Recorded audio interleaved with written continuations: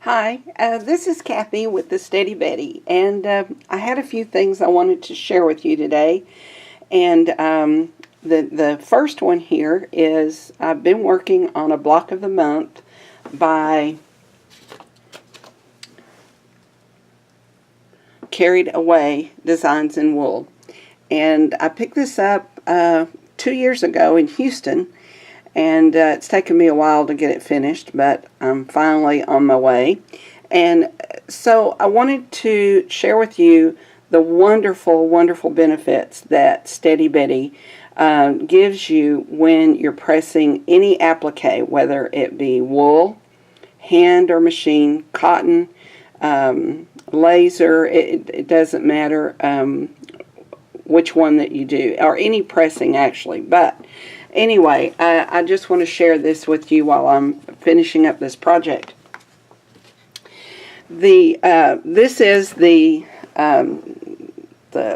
big board. I have a Steady Betty big board, and then here is my regular Steady Betty, and they both function the exact same way. You just have more room with your big board. So that's what I'm pressing on today. And to show you, these I've already pressed and squared up to size, and they've just done a beautiful, no puckering. The wool is wonderfully flat, and so I just wanted to let you see the finished results there. Now, to press these, this is a longer one, and I have right now I have my iron just on dry, but you can use steam, and the directions say to press flat. Now I'm going to turn this over and really give it a good press from the back. And so what happens is the pressing, the applique sinks down into your Steady Betty, and that gives you that cushion that you need, and it goes around each one of those appliques and flattens them out, gives them a beautiful finish because of the foam on the Steady Betty. And this fabric is extremely hot, but the Steady Betty is just lukewarm. You can just barely feel it. All of the heat goes into your wool and into your fabric, and not onto your board. So you can work with your projects without scorching your fingers, where on a regular surface or other surfaces, they get extremely hot. And so all of the heat is put right back into your project. Now this is a Maven iron by Reliable. It's just a wonderful iron. Lightweight. The steam is wonderful when you're needing steam, which I'm not going to do that on my wool right now. But I can, and I will when I'm finished. I just don't want to until I square up, so I'll make sure that I have plenty of room for squaring up. So you can see how flat and beautiful. Maybe my stitching's not very pretty, but anyway, I'm kind of a beginner at this. And then on the board itself, it's the exact same thing. It's just portable, so you can take it to class, whatever you need to do there, but it accomplishes the same exact thing. So we're going to press. I'm going to turn it over and press from the back really good. Like I say, that heat comes right into that fabric, and it's very hot. And I have this on high. I'm going to turn it over, press a little more, smush it all together really good. And like I say, that pressing from the back side and going around your work, it sinks down in there, and that's exactly what you want. And your fabric doesn't move. Now I've heard some ladies say, well, when my iron gets off of my Steady Betty, it kind of drags. Well, yes, it does. But I can show you that even with this, I can still push this, just 2 fingers, I can push it around. It has a little bit of a drag, it's supposed to. That's what holds your pieces in place, keeps them from stretching. So that's on the wool, and here is my favorite thing to demo is bias. When you're pressing on bias and you set that seam, and I use the edge of my iron, go into that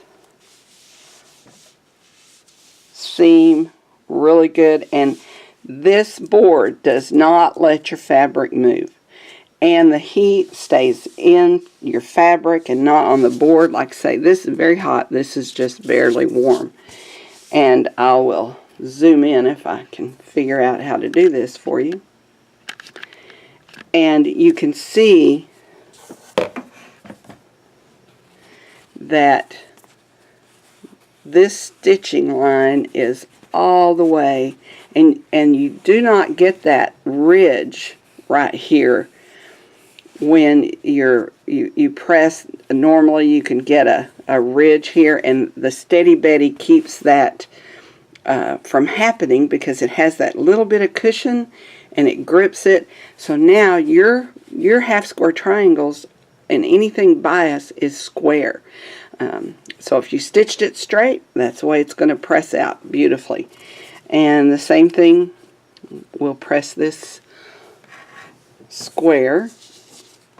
This is a little quilt that I'm working on for my husband. He has a little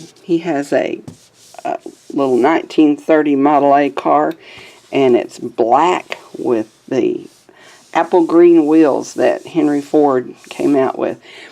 So this is going to be for his little car, big car. And no matter what, you cannot make this stretch and distort. And then this is not hot. So love it, love it. Now if you're pressing, this is some pipe binding that I followed Susan Cleveland's directions on, and this iron is just the best for that.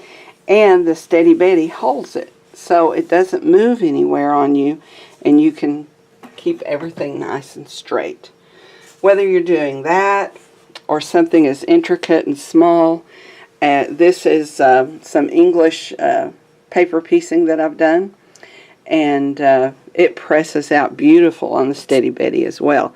And all those little pieces, you don't have to battle to hold on to your piece. Now over here I have this wonderful little pressing station that I love, but it's slick, and oh my goodness, it will I will show you here, it will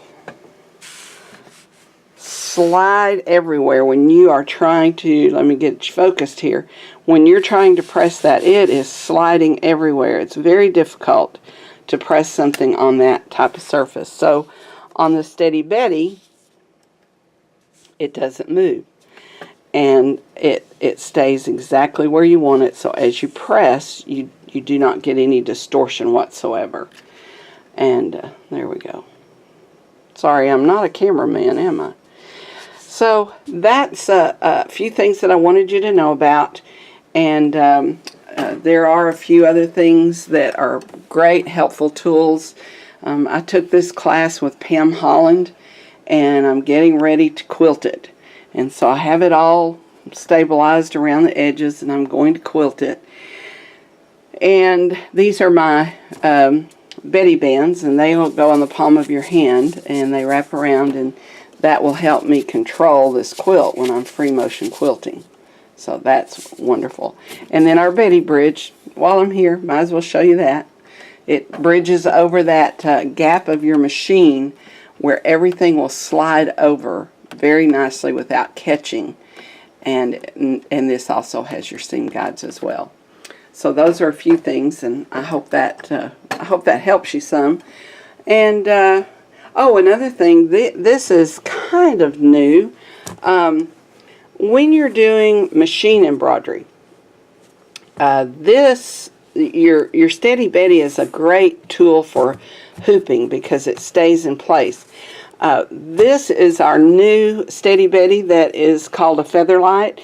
And if you're piecing in the hoop, you can actually slide this under while it's in the machine. Slide it and press, which this is not piecing in the hoop, but I wanted to show you. You can slide that under, press your work, and slide it back out. And never remove your hoop from your machine. So I hope that those are a few things that will help you, and I hope you enjoy it very much and get you a couple of Steady Bettys. Whatever size works for you, we have several. But I think that you'll really see the benefits of pressing with the Steady Betty and the wonderful finish that you get when you're finished. So hope that helps. Thanks.